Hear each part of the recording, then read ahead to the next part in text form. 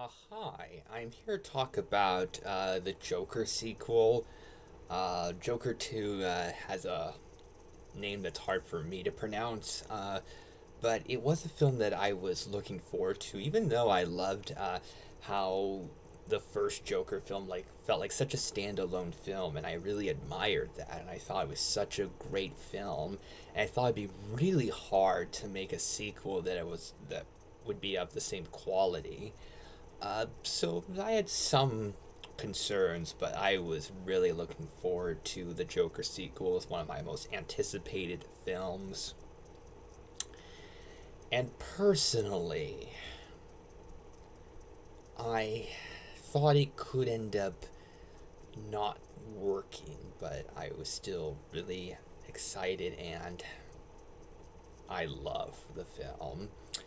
And I could understand why other people wouldn't love it. I could understand why people wouldn't love the first Joker film, too. It is a downer of a film. I think it could be considered a, an even bigger downer than the first film, but like the first film, it's a fascinating, brilliant character study, and I feel like it really stands out amongst comic book films. And I think that was very important to me because Joker, I think, is one of the comic book films that has stood out the most.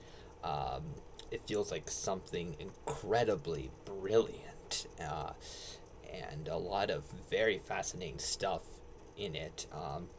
And Joker 2 feels similar to that. And it does feel different enough and has enough different stuff going on to, I think, justify being a sequel to the film and being a good continuation of it.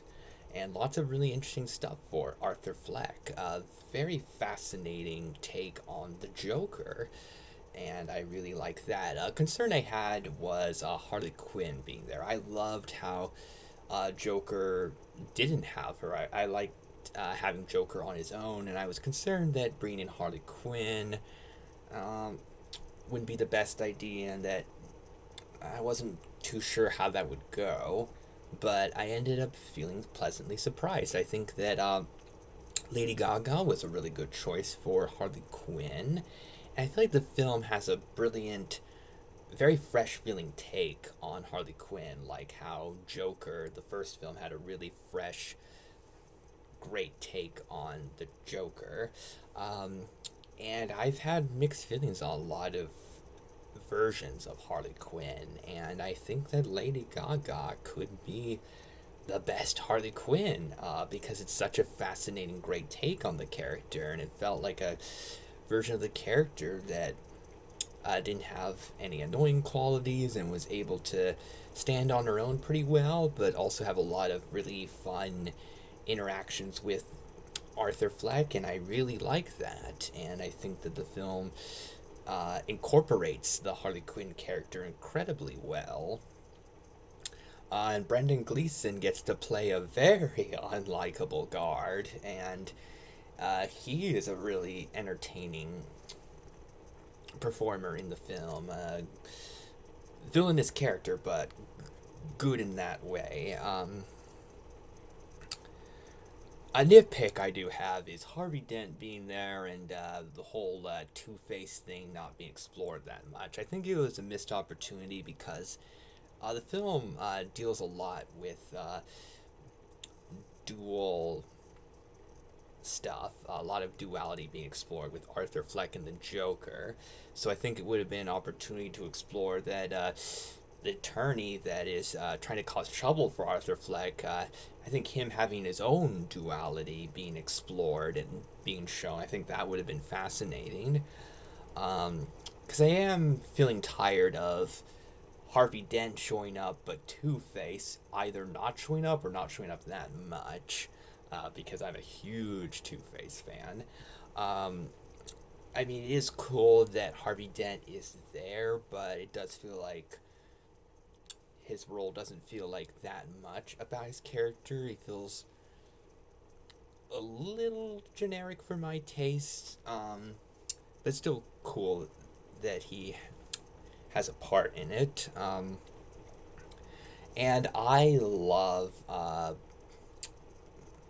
the scenes with the songs and the dancing. I felt like it was actually a great idea. I feel like Joker is such a fun, random character that felt like a brilliant way of incorporating his weird sense of entertainment into it. And I feel like since the movie is such a downer, having scenes of Joker and Harley Quinn dancing around and having fun, I felt like it helped give an upbeat sort of energy to a film that needed it.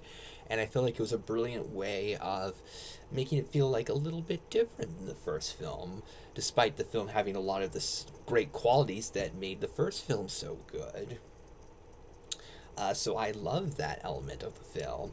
And as for the ending, I did think a lot about it, and I pondered what how I really felt about it. And I do love the ending. I It is somewhat disappointing in some ways because I would love a Joker 3, but I felt like it very much made sense for Arthur Fleck's journey. I think it made sense for the Joker as a character. I think it really worked. I feel like it was very daring and ambitious, like the Joker films have been in general.